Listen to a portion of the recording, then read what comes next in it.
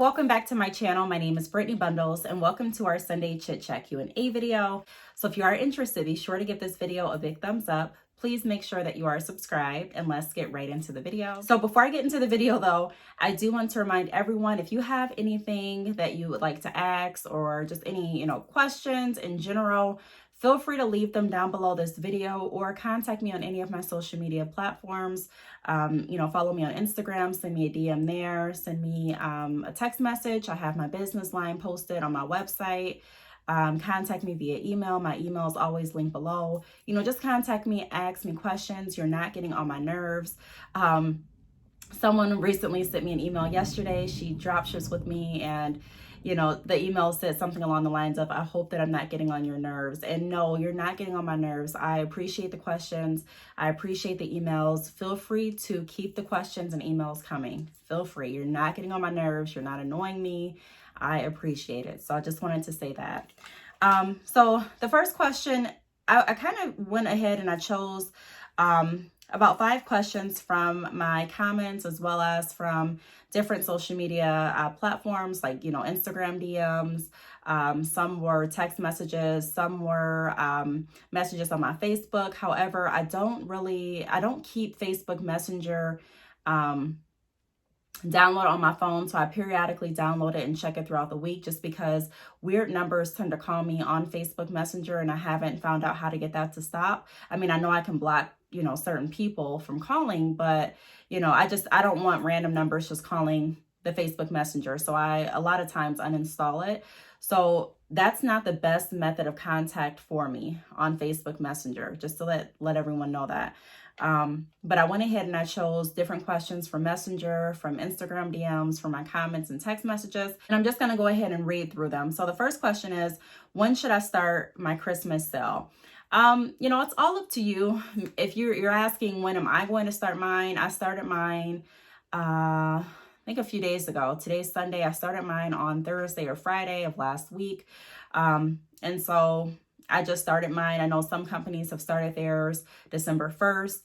It just depends, it depends on what you're wanting to do. Do you want to have just a Christmas sale up until, now until Christmas, or do you want to do maybe like a flash sale around Christmas? So like maybe a day before Christmas Eve, you're offering really low rates. Do you want to do a holiday sale where you're offering the discount from now throughout Christmas and New Year's? You really have to just figure out what your plan and what your strategy this year is going to be, and just be confident in what you're going to do. Realize that you're not going to know everything and that it's a lot of trial and error, like we go over in a lot of videos. This year, you may try to do a Christmas sale, and you may launch it the day before Christmas Eve or on Christmas Eve, and you may find out that it worked really, really well for your business, and you may want to try it again next year. Or you may find out that, hey, this really didn't work as well as I thought it would have worked, or it didn't work as well as I intended it to work, or it didn't work as well as I hoped that it would work.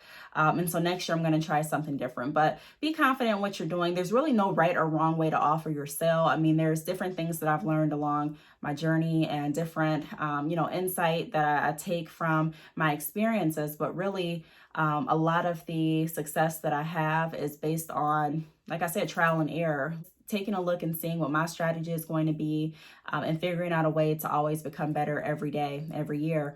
And so really, just to kind of answer your question, you can offer your Christmas sale whenever you want to.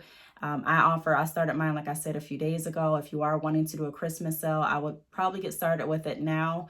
If that is what you're aiming for, or, go ahead and do it whenever you feel most comfortable. If you are going to do it around Christmas Eve, I would still get everything, planned, and I would know exactly what my discounts are going to be. And I would start advertising it now. If you want to go ahead and send out emails to your email marketing subscribers, if you want to post it on your social media, if you want to start talking about it and telling friends and family to spread the word, I would start that now. So that's my answer to the first question. The second question is, how do you deal with people trying to get you to lower prices?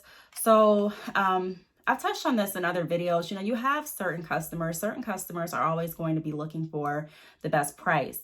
They really don't care. I don't want to say they don't care, but their main priority isn't about the quality. Their main priority isn't about the shipping. Their main priority isn't about anything else besides the price. There are customers that are specific price driven. That's not just in the hair industry, that's in business in general. And so you just have to understand that and to figure out how you're going to create your prices accordingly. Now, for example, I'm just going to throw this out here. Some people, when you sell a car, for example, and you put it on Craigslist, some people will automatically mark up the price on their car because they know that people are going to come and try to negotiate and haggle the prices down, and they really don't want to go below a certain price. So they'll jack up the price so that they can have some room available to offer discounts. If there are customers that are just like, hey, I just want something off, I just want a discount, I want a lower price. It makes the customer feel better. It makes, those customers feel like they got a deal. And then it also makes you feel great because you also ended up selling the product for an amount that you were comfortable with. And so it's all about figuring out the right price for your company. I don't recommend anyone going and starting off just dirt cheap because you really don't have any wiggle room. You may not have the option to offer a discount if you're only getting a really small profit. There's not too many options that you have to go back and forth on pricing. You don't really have too many options when it comes to offering different sales and promotions. And so I'm not saying that you have to price your products to a price that you're uncomfortable with or to a price that other customers are just like, that's too much. But you do want to think about the overall picture. Your prices are going to be high to some customers, they're going to be low to others. But you have to figure out a price that's going to work best for your business and your budget and what's going to be worth it for you. So keep in mind too that not all products are the same. A lot of people, we've touched on this in videos, when you start a business, they start comparing prices to different companies and comparing prices, and it's I don't want to say don't do that, but it's not comparing apples to apples in all scenarios. You don't know, like I say in a lot of videos, where this company purchased their hair. You don't know what the quality of this company's hair is. You don't know anything about it. And so to price your product strictly off of what someone else is pricing theirs, I don't think it's a great move.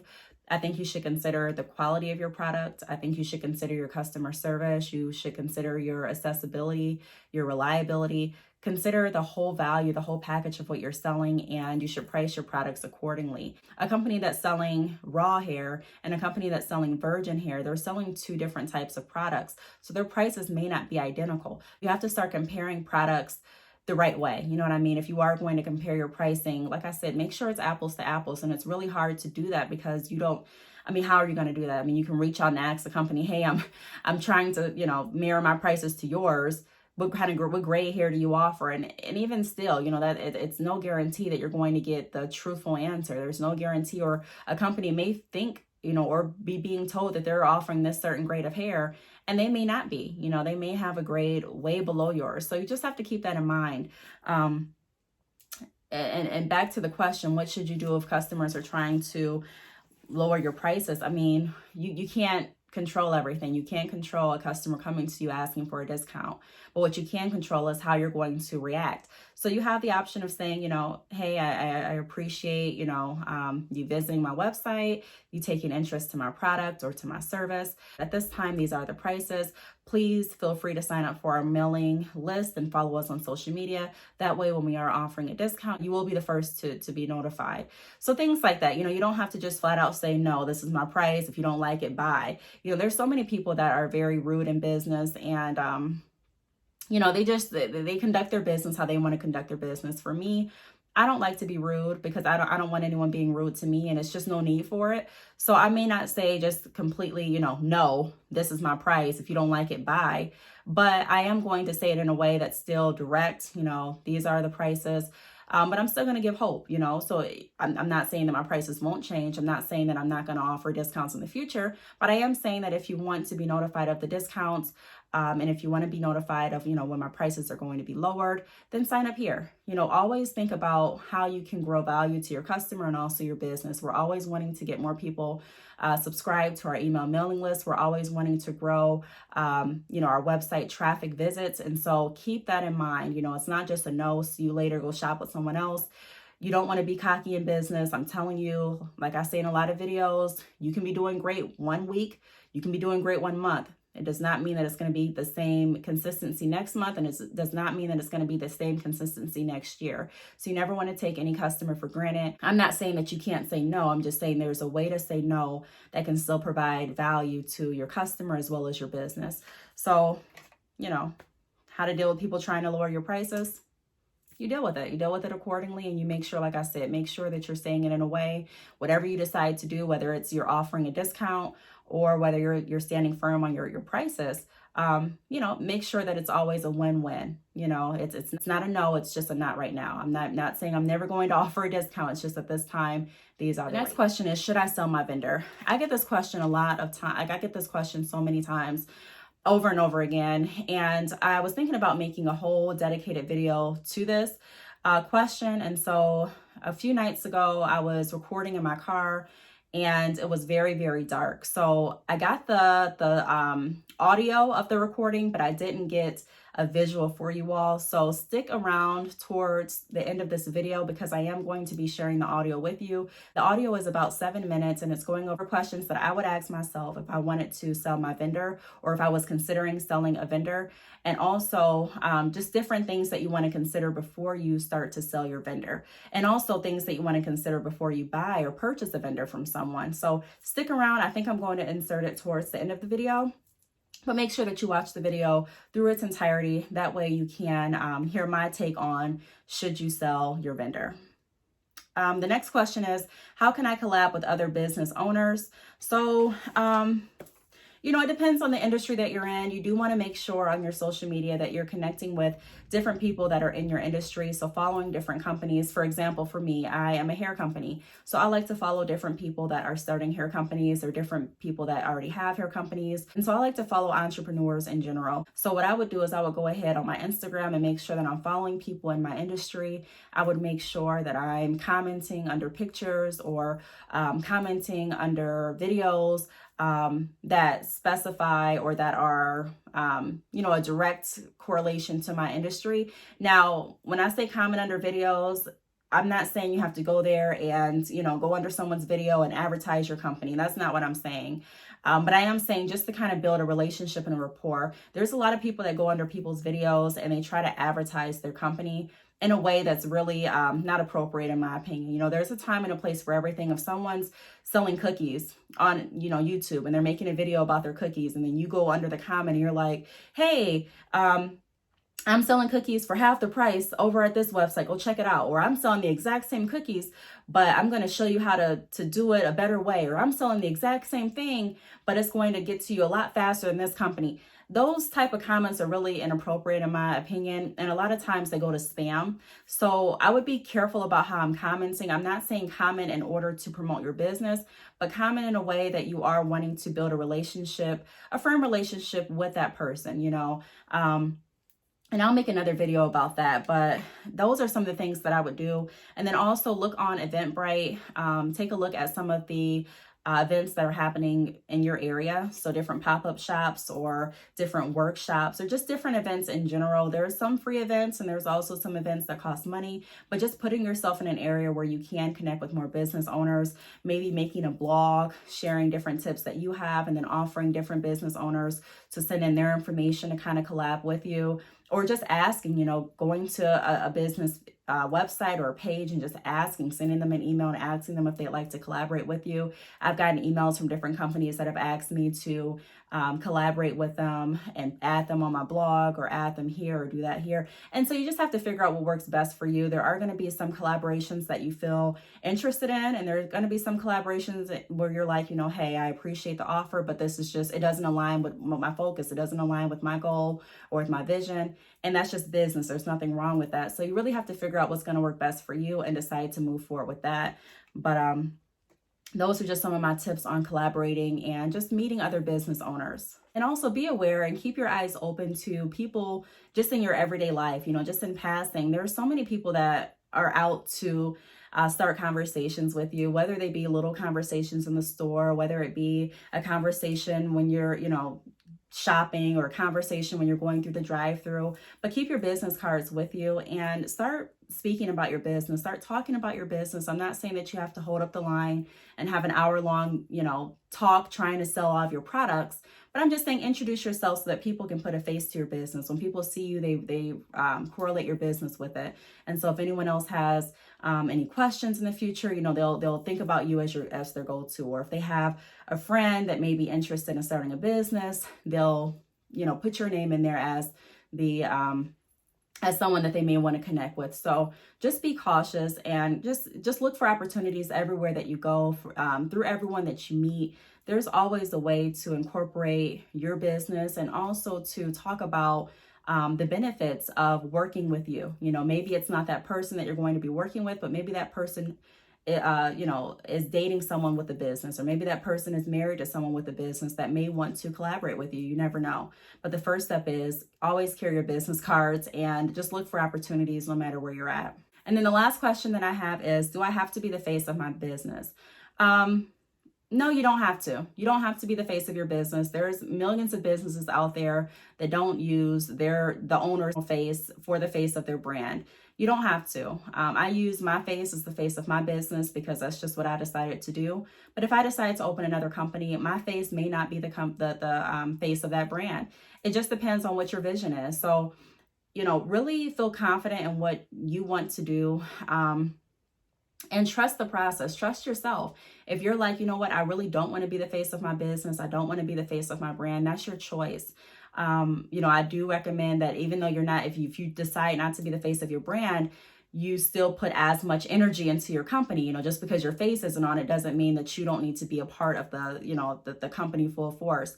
So I would still be a part of it full force, but I would think about, who do you want to be the face of your company, or what do you want to be the face of your company? You can still have a logo that's different from, the face of your company. I have a logo, and then I also use, my face as the face of my business, because I want people to, when they see me, think about my business and think about the services that I offer and the value that I can offer by working with their business. And so it just depends on what industry you're in. It depends on what your vision is. But to answer the question, no, you do not have to be the face of your business. Today I want to make a video. I'm creating a video going over whether or not you should sell your vendor, or some questions that you want to ask yourself, or I recommend that you ask yourself before you decide to sell your vendor. So the first question is this something that you really want to do? Meaning, is this something that you really want to do? Do you really want to be able to sell your vendor, and do you want all of the responsibilities that come behind it? Such as if you sell a vendor and say the vendor decides to go out of business, within the next month, and your customer that bought the vendor from you tries to contact the vendor and the vendor is no longer available, what is going to be your protocol? Are you going to offer a refund right back? Is it pretty much once you sell the vendor, you're out of it? I mean, how is that going to work? And are you prepared to deal with it? Because not everything is going to go smooth. So I always like to think of the what ifs and, what will I do if this happens type of scenarios. So that's the first thing that I definitely would ask myself. Is this something that you really want to do? And then also, if you do it, how is the protocol going to be for the business? The next thing that I would ask myself is, have I contacted and spoke to my vendor about offering their service up? Now, a lot of people may think, hey, what vendor wouldn't want more business, right? What vendor wouldn't want me to sell their information? But there are some vendors that would like you to communicate with that to them first, just because there's a lot of vendors that don't really like going back and forth on prices. Just like we don't like going back and forth on our prices, a lot of vendors don't like going back and forth on their prices either. And there's a lot of people, when you sell your vendor, you're opening your vendor up to more business, of course. So that's a good thing, but you're also opening your vendor up to more business, which, some vendors are set in their ways and they're comfortable with the amount of customers that they have, and they're used to a specific type of customer. They're used to customers getting their price, seeing their price, and paying it. There are different customers. Some customers will always try to negotiate a price. And although there's really nothing wrong with negotiation, there is a such thing as taking it too far and offending a vendor.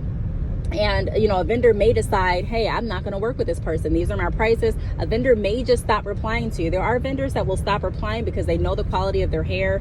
They know the customer base that they have, and they look at it as a waste of time. When you purchase hair, a lot of people, I don't think they really realize how this relationship works. A vendor really respects you when you come with all of your money all the time. You know what I mean? And when it's just like you're buying and that's that. And we're able to resell it at a discounted rate because you were buying so much in bulk. You know what I mean? Like, you're buying here. Now, there may be orders that are smaller than others, you know, to get you through and different things like that. But typically, you are buying in bulk. That's how you're able to resell it for a profit. And a lot of vendors are used to customers buying in bulk. And so if you sell the vendor and you're starting to get customers that are haggling prices or being really disrespectful and rude, that may turn the vendor off. And so a lot of vendors have, you know, specify, I don't, you know, before you refer anyone to me, is this going to be a good customer? Is this customer? A lot of vendors ask those type of questions. So just out of respect, I would say, hey, I'm considering offering you up, your information up for sale. This is going to give you more customers. And, you know, in return, I'm going to get something off of it as well. So it's kind of a win-win. Let's see how they feel about it, because not every vendor will look at it as a win-win. So you want to make sure that you're setting the right expectation no matter what you're doing, to not only your vendor, but also with your customers. The next thing I would do is figure out what type of disclosure you want to provide to your customer before they buy the vendor. So you may want to say something like, you know, hey, this vendor specializes in this, and that. Go over the products and services that you have tested. And I would make sure that I'm being very descriptive in the fact that, you know, hey, like, this is my opinion. I'm selling this vendor based on, you know, my experience with the vendor. So you want to make sure that you're being very descriptive with your disclosures and telling, you know, your customers, you know, everything about this vendor that you can. Hey, I've tried out this hair. You know, they offer these different grades. Here are the prices for the grades. The prices are subject to change. If you have any questions, here's your direct contact and things like that. But I would make sure that I'm putting everything in writing and making everything very clear. Because you want them to know that, you know, just because you enjoy the hair doesn't mean that they necessarily will. You know, you still have to try out the hair for yourself, and you still have to figure out if you want to work with this company. Just because someone that you bought the vendor for likes the service and the quality doesn't mean that you will. You know what I mean? You may not. Everyone feels and thinks differently. So that's my next tip. And then the last tip that I have is make sure that you are going over wholesale minimums. Lots of companies, lots of vendors have wholesale minimum purchases that you have to buy. Not every company does, not every vendor does, but a lot of vendors do. And so I would make sure that I'm being very upfront about the minimums, because some people have bought vendors and literally started drop shipping with my company because they weren't aware that the vendor had a specific wholesale minimum. A lot of vendors, especially vendors that are very popular, have a wholesale minimum. So that means if you want to get their vendor rates, you're going to have to purchase a certain amount of hair. And so, you know, that's just how business goes. A lot of vendors won't offer refunds. A lot of vendors are it's more strict working directly with the vendor, in my experience, than it would be working with, you know, a third party. A lot of people like working with companies that are the go-between, because I'm not going to say every vendor is rude, but, you know, vendors are a lot of, if you're used to getting lots and lots of orders and high quantities of orders, more than likely you're serious. You know, you're serious about your business and you want people to be just as serious. So they may not be as patient as someone else would trying to work with you. They may not be willing to walk you through all of the steps or go over different tips and information and insight with you like someone else may do. And some people may take customer service as, okay, their customer service is nice. And some people may take customer service as their customer service is rude. And so, you know, there's a lot of things that go in buying a vendor. And that's why, you know, I don't necessarily see anything wrong with buying a vendor as long as you know what you're getting yourself into and as long as you're okay with it. A lot of people find great success with purchasing vendors and a lot of people don't. It just really depends. It could be hit or miss. So if you are considering selling your vendor, those are some of the questions that I would ask myself. So I really hope that this video helped. Hope that it answered all of your questions.